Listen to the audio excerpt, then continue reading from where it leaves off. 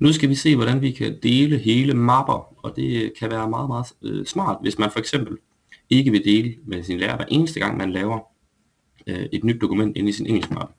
Så for eksempel, hvis man bare vil dele hele den mappe her med sin engelsklærer, så højreklikker man på mappen, og så trykker man på del.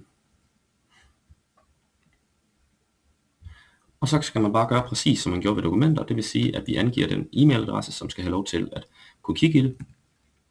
Og hvis man vil dele det med mig, så er det snkvavlund@gmail.com.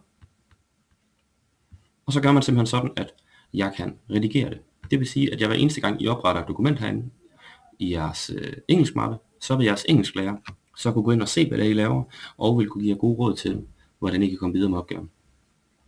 Så når det er gjort, så trykker I bare send. Og så kan I se, at så er engelskmappen delt, og når den er delt, så vil den se lidt anderledes ud. Og så vil der også stå delt herovre. Så nu er den simpelthen delt med jeres engelsklærer, og det gør, at engelsklæreren hver eneste gang, at I opretter et dokument i den her mappe, så vil det være delt. Som I kan se herinde, så er alle tingene også inde i engelskmappen, det er også delt.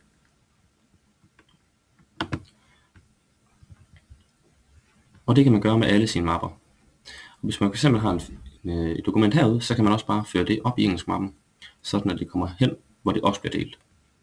Så det var en hurtig intro til, hvordan vi deler mapper, og det kan ofte være nemmere at gøre det med bare hele mappen, end at skulle gøre det hver eneste gang med dokumenter.